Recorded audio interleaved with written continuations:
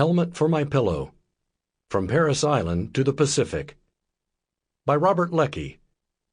Narrated by John Allen Nelson. Copyright 1957 by Robert Hugh Leckie. This unabridged audiobook is published by arrangement with the Bantam Dell Publishing Group, a division of Random House, Inc., and was produced in the year 2010 by Tantor Media, Incorporated, which holds the copyright thereto. 1. Boot. 1. A cutting wind slanted up Church Street in the cheerless dawn of January 5, 1942. That day I departed for the United States Marines. The war with Japan was not yet 4 weeks old. Wake Island had fallen. Pearl Harbor was a real tragedy, a burning, bitter humiliation.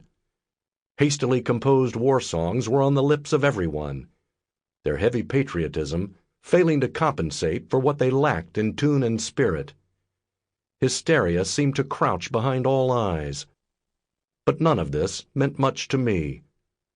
I was aware of my father beside me, bending into the wind with me. I could feel the wound in my lower regions, still fresh, still sore. The sutures had been removed a few days earlier. I had sought to enlist the day after Pearl Harbor, but the Marines had insisted that I be circumcised. It cost me $100, although I am not sure to this day whether I paid the doctor or not. But I am certain that few young men went off to war in that fateful time so marked. We had come across the Jersey meadows, riding the Erie commuter line, and then on the ferry over the Hudson River to downtown New York. Breakfast at home had been subdued. My mother was up and about. She did not cry. It was not a heart-rending leave-taking, nor was it brave, resolute, any of those words that failed to describe the thing. It was like so much else in this war that was to produce unbounded heroism, yet not a single stirring song. It was resigned. She followed me to the door with sad eyes and said, "God keep you." It had been a silent trip across the meadows, and it was a wordless goodbye in front of the bronze revolving doors at 90 Church Street. My father embraced me quickly, and just as quickly averted his face and left. The Irish doorman measured me and smiled.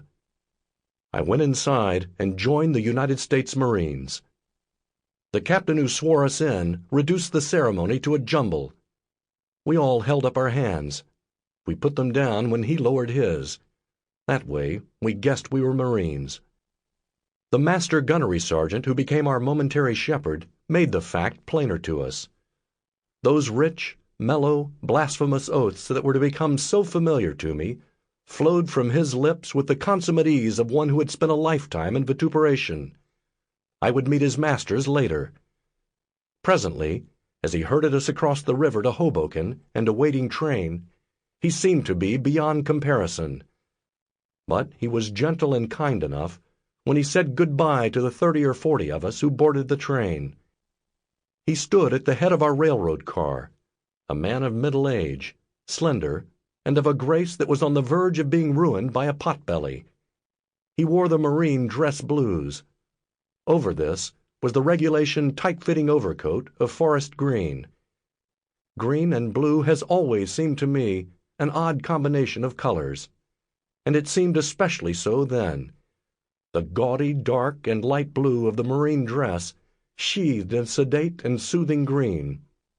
"Where you are going, it will not be easy," the gunnery sergeant said. "When you get to Parris Island, you'll find things plenty different from civilian life. You won't like it. You'll think they're overdoing things. You'll think they're stupid. You'll think they're the cruelest, rottenest bunch of men you ever ran into. I'm going to tell you one thing. You'll be wrong. If you want to save yourself plenty of heartache, you'll listen to me right now. You'll do everything they tell you, and you'll keep your big mouths shut." He could not help grinning at the end. No group of men ever had a saner counselor, and he knew it. But he could not help grinning. He knew we would ignore his every word. "Okay, Sarge," somebody yelled. "Thanks, Sarge." He turned and left us. We called him Sarge. Within another 24 hours, we would not dare address a lowly PFC without the cringing "Sir." But today, the civilian shine was still upon us. We wore civvies. Hoboken howled around us in the throes of trade. We each had the citizen's polite deprecation of the soldier, and who among us was not certain that he was not long for the ranks? Our ride to Washington was silent and uneventful. But once we had arrived in the capital and changed trains, the atmosphere seemed to lift. Other Marine recruits were arriving from all over the East. Our contingent was the last to arrive, the last to be crammed aboard the ancient wooden train that waited, puffing, dirty in the dark, smelling of coal, waited to take us down the coast to South Carolina. Perhaps it was because of the dilapidated old train that we brightened and became gay. Such a dingy, tired old relic could not help but provoke mirth. Someone pretended to have found a brass plate beneath one of the seats, and our car rocked with laughter as he read, "This car is the property of the Philadelphia Museum of American History." We had light from kerosene lamps and heat from a pot-belly stove. Drafts seemed to stream from every angle, and there was a constant creaking and wailing of wood and wheels that sounded like an endless keening. Strange old train that it was, I loved it. Comfort had been left behind in Washington. Some of us already were beginning to revel in the hardship of the train ride. That intangible mystique of the Marine was somehow even then at work. We were having it rough, which is exactly what we expected and what we had signed up for. That is the thing, having it rough. The man who has had it roughest is the man to be most admired. Conversely, he who has had it the easiest is the least praiseworthy. Those who wished to sleep could catnap on the floor while the train lurched down through Virginia and North Carolina. But these were few. The singing and the talk were too exciting. The boy sitting next to me, a handsome, blond-haired youth from South Jersey, turned out to have a fine, high voice. He sang several songs alone. There being a liberal leavening of New York Irish among us, he was soon singing Irish ballads. Across the aisle there was another boy, whom I shall call Armadillo because of his lean and pointed face. He was from New York and had attended college there. Being one of the few college men present, he had already established a sort of literary clique. The Armadillo's coterie could not equal another circle farther down the car. This had at its center a stocky, smiling redhead. Red had been a catcher for the St. Louis Cardinals and had once hit a home run at the Polo Grounds off the great Carl Hubbell. There was no measuring the impact of such a celebrity on our group, composed otherwise of mediocrities like myself. Red had been in the big time. He had held daily converse with men who were nothing less than the idols of his newfound comrades. It was quite natural that they should ring him round, consult him on everything from pitching form to the Japanese general staff. "What do you think it'll be like at Parris Island, Red?" "Hey, Red, you think the Japs are as tough as the newspapers say they are?" It is an American weakness. The success becomes the sage. Scientists counsel on civil liberty. Comedians and actresses lead political rallies. Athletes tell us what brand of cigarette to smoke. But the redhead was equal to it. It was plain in his case what travel and headlines can do. He was easily the most poised of us all. But I suspect even Red savoir-faire got a rude jolt when we arrived in Parris Island. We'd been taken from the railroad station by truck. When we had dismounted and had formed a motley rank in front of the red brick mess hall, we were subjected to the classic greeting. "Boys," said the sergeant who would be our drill instructor, "boys, I want to tell y'all something. Give your hearts to Jesus, boys, 'cause your ass belongs to me." Then he fell us in after our clumsy civilian fashion and marched us into the mess hall. There were bologna and lima beans. I'd never eaten lima beans before, but I did this time. They were cold. The group that had made the trip from New York did not survive the first day in Parris Island. I never saw the blonde singer again, nor most of the others. Somehow, 60 of us, among the hundreds who had been aboard that ancient train, became a training platoon, were assigned a number, and placed under the charge of the drill sergeant who had delivered the welcoming address. Sergeant Bello was a Southerner with a fine contempt for Northerners. It was not that he favored the Southerners. He merely treated them less sarcastically. He was big. I would say 6 feet 4 inches, 230 pounds. But above all, he had a voice. It pulsed with power as he counted the cadence, marching us from the administration building to the quartermaster's. It whipped us, this ragged remnant, and stiffened our slouching civilian backs. Nowhere else but in the Marine Corps do you hear that peculiar lilting cadence of command. Thrip for your left! Thrip for your left! It sounds like an incantation, but it is merely the traditional 3 for your left, elongated by the Southern drawl, made sprightly by being sung. I never heard it done better than by our sergeant. Because of this, and because of his inordinate love of drill, I have but one image of him.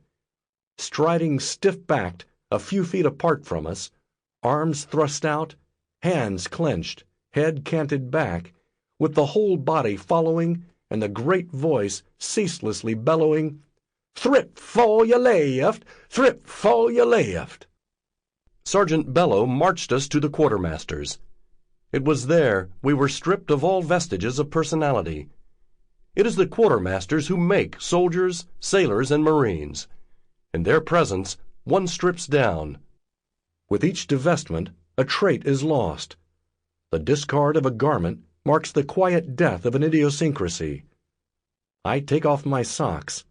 Gone is a propensity for stripes, or clocks, or checks, or even solids. Ended is a tendency to combine purple socks with brown tie.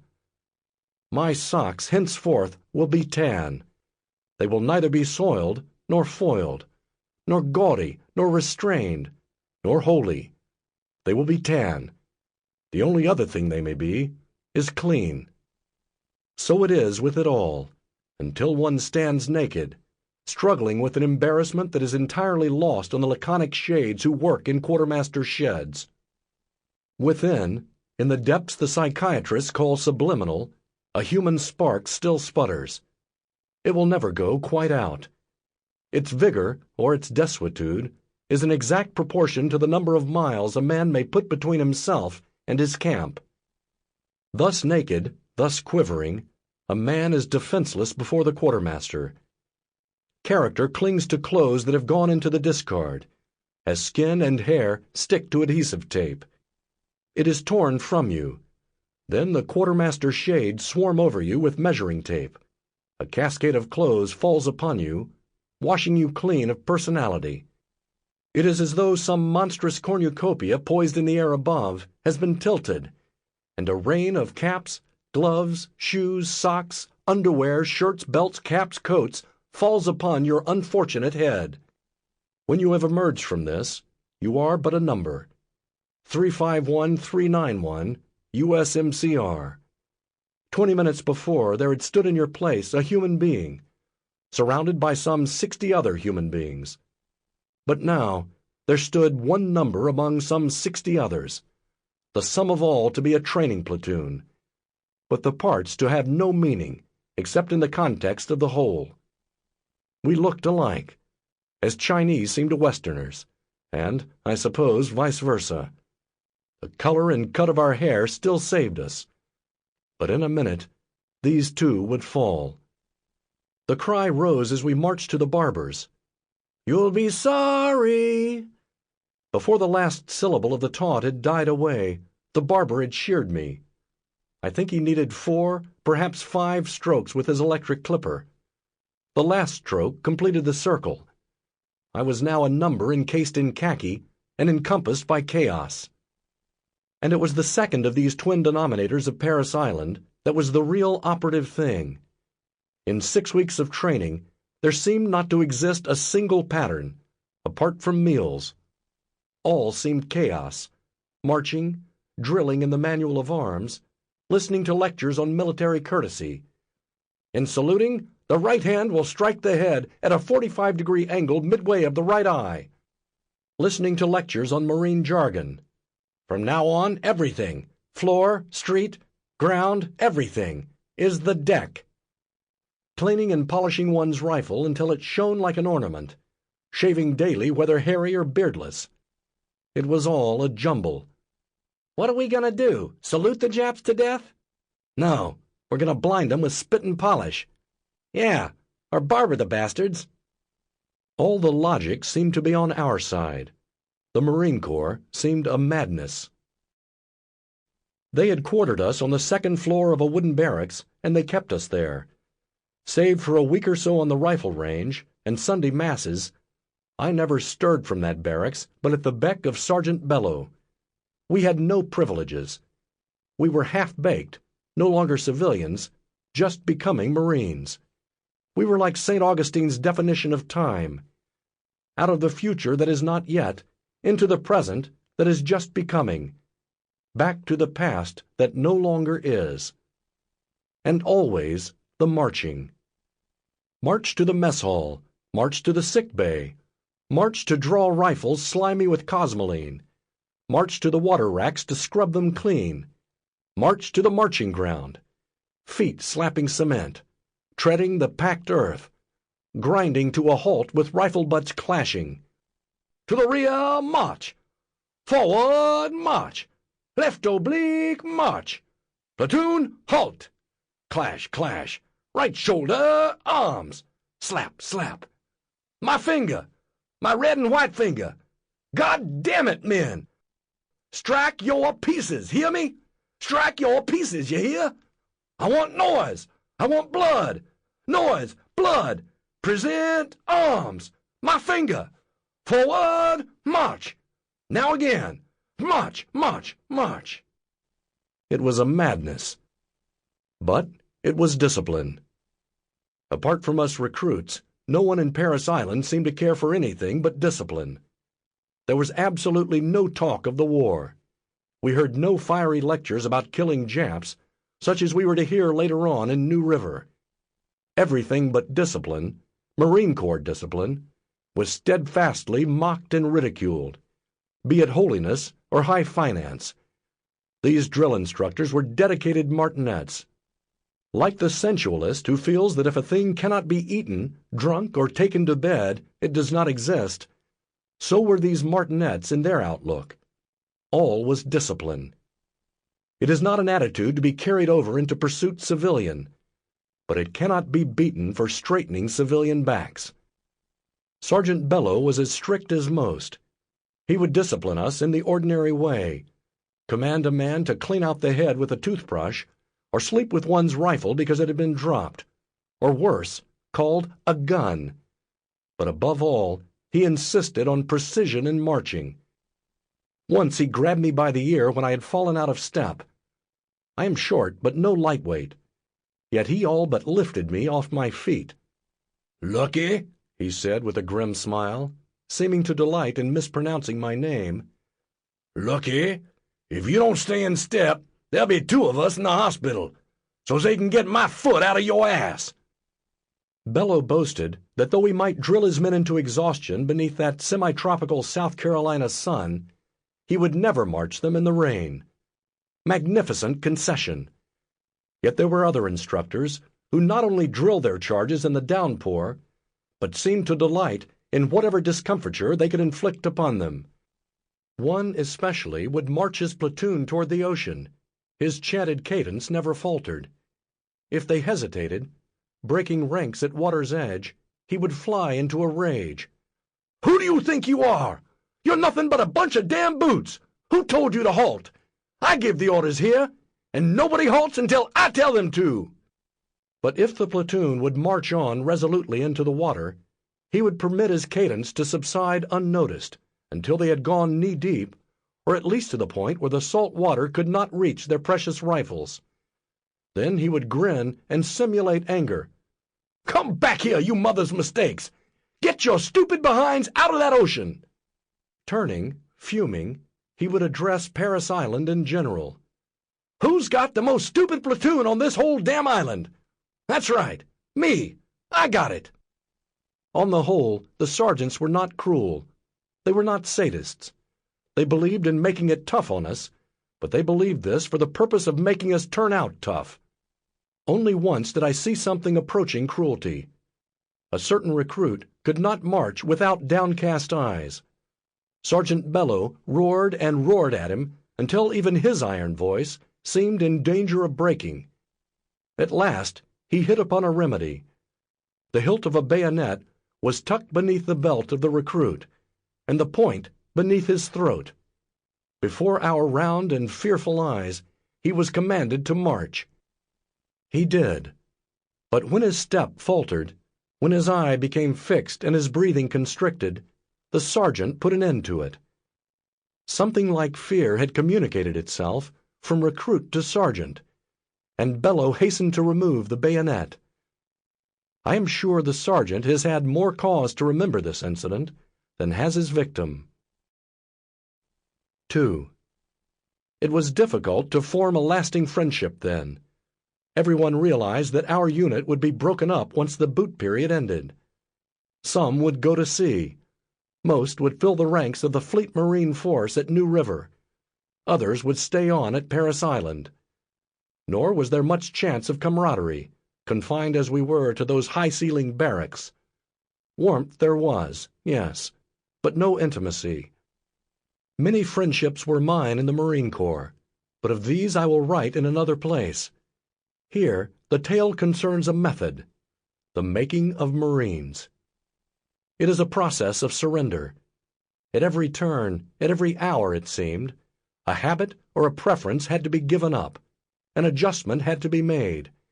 Even in the mess hall, we learned that nothing mattered so little as a man's own likes or dislikes. I had always suspected I would not like hominy grits. I found that I did not. I still do not. But on some mornings I ate hominy or went hungry. Often my belly rumbled, ravenously empty until the noon meal. Most of us had established ideas of what passes for good table manners. These did not include the thick, sweating arm of a neighbor thrust suddenly across our lips, or the trickle-down-from-the-top method of feeding, whereby the men at the head of the table, receiving the metal serving dishes from the messmen, always dined to repletion, greedily impervious of the indignant shouts of the famished ones in the middle or at the end. Some of us might be disquieted at the sight of knives laden with peas, or the wolfish eating noises that some of the men made, but we were becoming less and less sensitive in more and more places. Soon my taste buds served only as intestinal radar, to warn me that food was coming, and my sense of propriety deserted for the duration. Worst in all this process of surrender was the ruthless refusal to permit a man the slightest privacy. Everything was done in the open. Rising, waking, writing letters, receiving mail, making beds, washing, shaving, combing one's hair, emptying one's bowels. All was done in public and shaped to the style and stricture of the sergeant. Even food packages from home were seized by the drill instructor. We were informed of their arrival, that the drill instructor had sampled them, that he had found them tasty. What? Now you are aroused. This is too much. This is tampering with the United States mails. Ah, my friend, let me ask you this. Between the United States mails and the United States Marines, who do you say would win? If you were undone in Parris Island, taken apart in those first few weeks, it is at the rifle range that they start to put you together again. Belleau marched us most of the way to the rifle range, about 5 miles, in close-order drill. There is close-order drill, and there is route march, and the first is to the last, as standing is to slouching. We had our packs on our backs. Our sea bags would be at the tents when we arrived. We would complain of living out of packs and sea bags, blissfully unaware of the day when either would be a luxury. Then, more than ever, Belleau seemed a thing of stone, still lance straight, iron voice tireless. Only at the end of the march did it sound a trifle cracked, a heartening sign, as though to assure us there was an impure alloy of us in him, too. We lived in tents at the rifle range, 6 men to a tent. Mine had wooden flooring, which most of the tents did not, and my tentmates and I counted this a great blessing. Nor did we fail to perceive the hand of Providence in keeping us 6 New Yorkers and Bostonians together, northern wheat separated from southern chaff. But the cold coastal morning, brought an end to that flattering notion. Yankee sang-froid was shattered by those rebel yells of glee which greeted the sound of our chattering teeth and the sight of our blue and quivering lips. "Hey, Yank, I thought it was cold up north. Thought you was used to it. Haw! Look at them! Look at them big Yanks' lips chattering!" Bello was so tickled he lost his customary reserve. "I guess you're right," Bello said. "Every time I come out here, I hear teeth chattering, and every time it's northern teeth. I don't know." He shook his head. "I don't know. I still can't see how we lost." In another half hour the sun would be shining intensely, and we would learn what an alternating hell of hot and cold the rifle range could be. After washing, a surprise awaited us new arrivals in the head. Here was a sort of hurdle on which the men sat, with their rear ends poised above a stained metal trough inclined at an angle down which fresh water coursed. A group had gathered at the front of this trough, where the water was pumped in. Fortunately, I was not among those engaged on the hurdle at the time. I could watch the surprise. One of the crowd had a handful of loosely balled newspapers. He placed them in the water. He lighted them. They caught the current and were off. Howls of bitter surprise and anguish greeted the passing of the fire ship beneath the serried white rears of my buddies. Many a behind was singed that morning, and not for as long as we were at the rifle range did any of us approach the trough without misgivings. Of course, we saw the foul trick perpetrated on other newcomers, which was hilarious.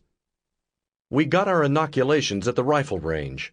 Sergeant Bello marched us up to the dispensary, in front of which a half-dozen men from another platoon were strewn about in various stages of nausea, as though to warn us what to expect. Getting inoculated is inhuman. It is as though men were being fed into a machine. 2 lines of Navy corpsmen stood opposite each other, but staggered so that no one man directly confronted another. We walked through this avenue.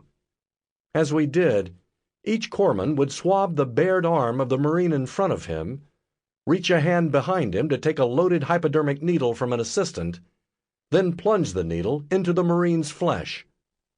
Thus was created a machine of turning bodies and proffering, plunging arms, punctuated by the wickedly glinting arc of the needle, through which we moved, halted, moved on again.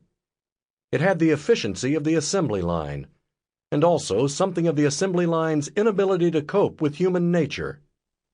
One of my tentmates, called the Wrestler because of his huge strength and a brief career in the ring, had no idea of what was happening.